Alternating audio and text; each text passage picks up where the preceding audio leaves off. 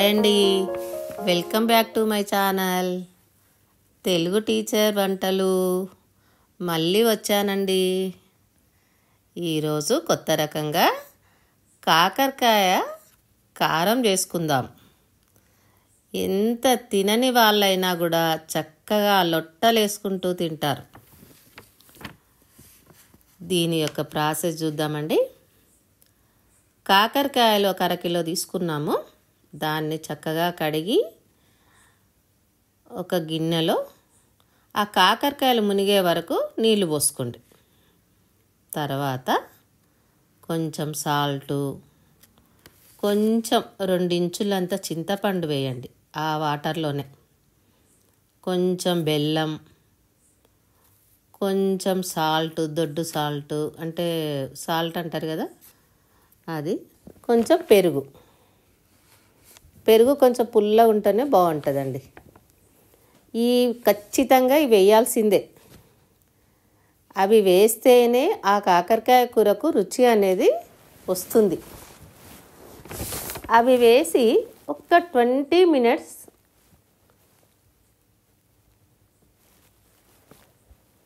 ఉడకబెట్టాలి.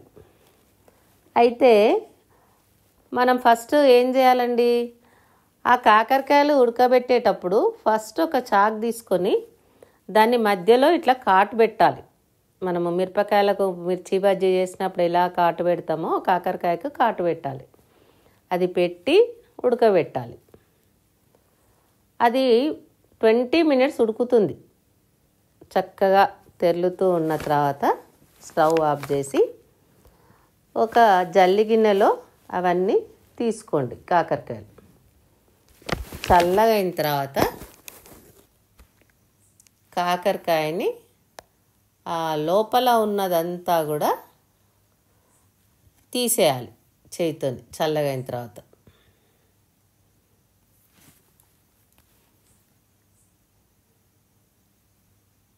దీనికి కావలసిన పౌడర్ పట్టుకోవాలన్నమాట. మనం పౌడర్ పట్టుకోవడానికి ఇప్పుడు కాకరకాయలు మొత్తం జల్లి దాంట్లో వేస్తున్నా.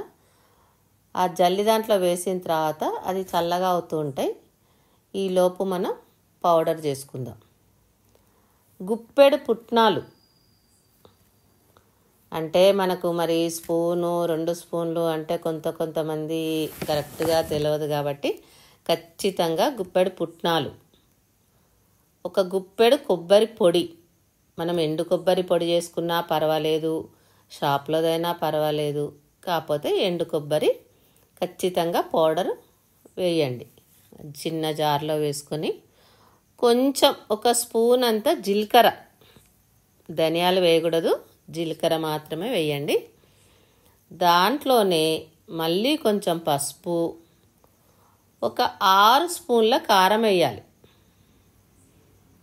6 స్పూన్ల కారము, 1 స్పూన్ మాత్రమే ఉప్పు వేయండి. ఎందుకంటే ఉడకబెట్టేటప్పుడు దొడ్డు సాల్ట్ వేసాం మనం కాబట్టి 1 స్పూను ఉప్పు వేయండి. 1 స్పూను ధనియాల పొడి వేసుకోండి. 6 స్పూన్ల కారం వేయండి. ఇది మిక్సీ పట్టుకున్న తర్వాత ఒక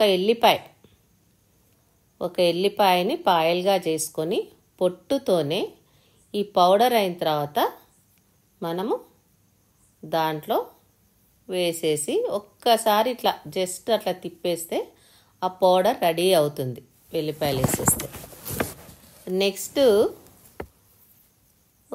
మళ్ళీ వేరే బౌల్, ఒక మూకుడు అంటాం మేమైతే, ఆ మూకుడు స్టవ్ పైన పెట్టుకొని మనం ఆల్రెడీ కాకరకాయలు వేయించిందే ఉంది. అదే ఆయిల్లో ఆ కాకరకాయలు వేయించేటప్పుడు నేను స్పూన్ పెట్టుకున్నా కదా, ఆ స్పూన్తోని 5 స్పూన్ల ఆయిల్ ఖచ్చితంగా వేయాలి. మేము వాడేది వేరుశనగ నూనె మాత్రమే, గానుగ నూనె అండి. ఇంట్లో అది మాత్రమే వాడతారు.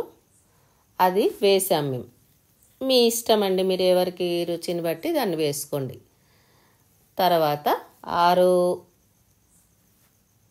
5 స్పూన్ల ఆయిల్ వేసుకోండి.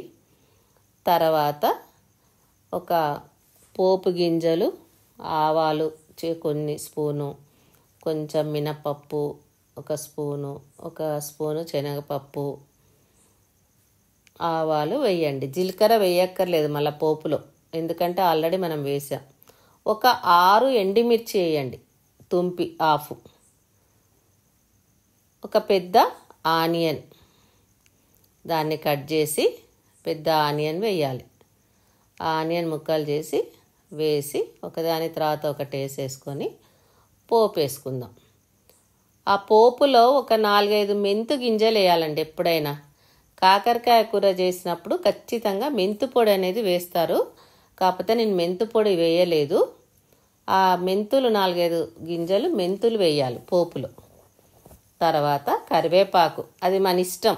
కరివేపాకు ఎవరి ఇష్టాన్ని బట్టి అది ఆరోగ్యానికి చాలా మంచిది కరివేపాకు, కాబట్టి నేను ఉంటే మాత్రం ఎక్కువనే వాడుతూ ఉంటాను కరివేపాకు ప్రతి దాంట్లో.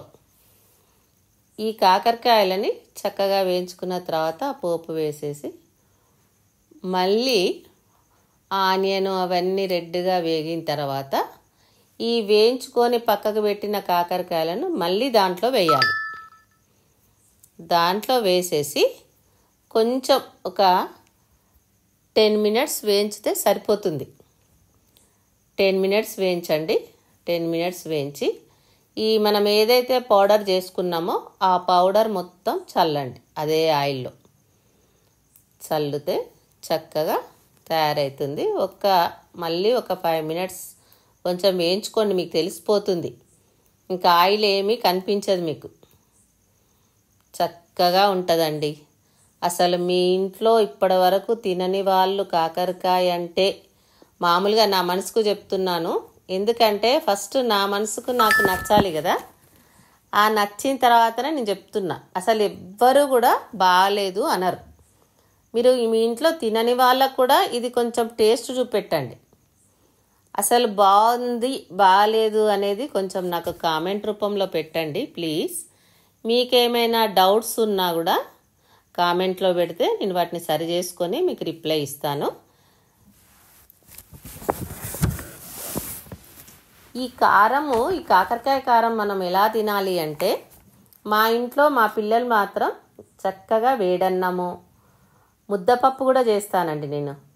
ముద్దపప్పులో నెయ్యి వేసుకొని ఈ కాకరకాయ పక్కన నంచుకుంటే చూడండి, అసలు అమృతంలాగా ఉంటుంది. మీకు ఏ బిర్యానీ ఏది కూడా దీని ముందు ఉండదు. ఈ కాకరకాయని వారం 10 రోజులు మీరు బయటనే నిల్వ చేసుకోవచ్చు. ఫ్రిడ్జ్లో అయితే 1-2 నెలలు కూడా ఉంటుంది. ఓకేనా అండి?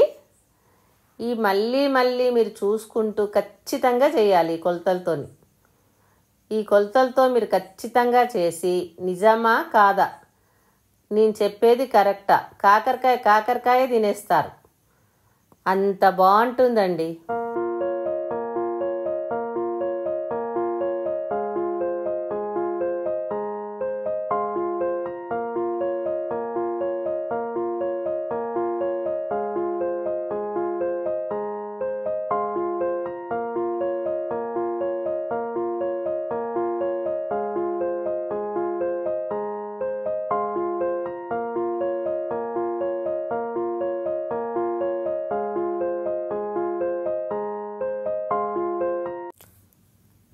మొన్న నేను ఒక దోసకాయ పప్పు చేశానండి.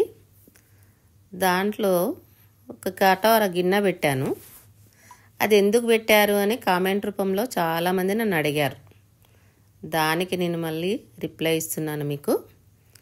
ఎప్పుడైనా మనం పప్పు అవి కూరగాయలు ఏవి కుక్కర్లో వండినా ఒక గిన్నె పెట్టుకుంటే ఆ పొంగకుండా ఉంటుందన్నమాట. మూత పైన పొంగి ఆ వాటర్ అదంతా స్టవ్ అంతా అవి మనకు కొంచెం ఎట్లానో ఉంటుంది ఆ మూత, అందుకే అలా పెట్టాను. ఆ డౌట్ అందరికీ క్లియర్ అయి ఉంటుంది. ఇలాంటి చిట్కాలు రోజు చెప్తూనే ఉంటాను.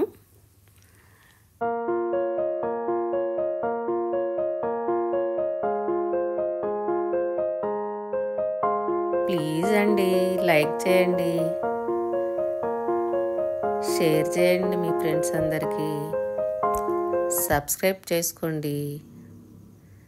థ్యాంక్ యూ ఫర్ వాచింగ్ అండి. ఖచ్చితంగా మర్చిపోరు కదా. మళ్ళీ రేపు కలుస్తానండి కొత్త వంటతో.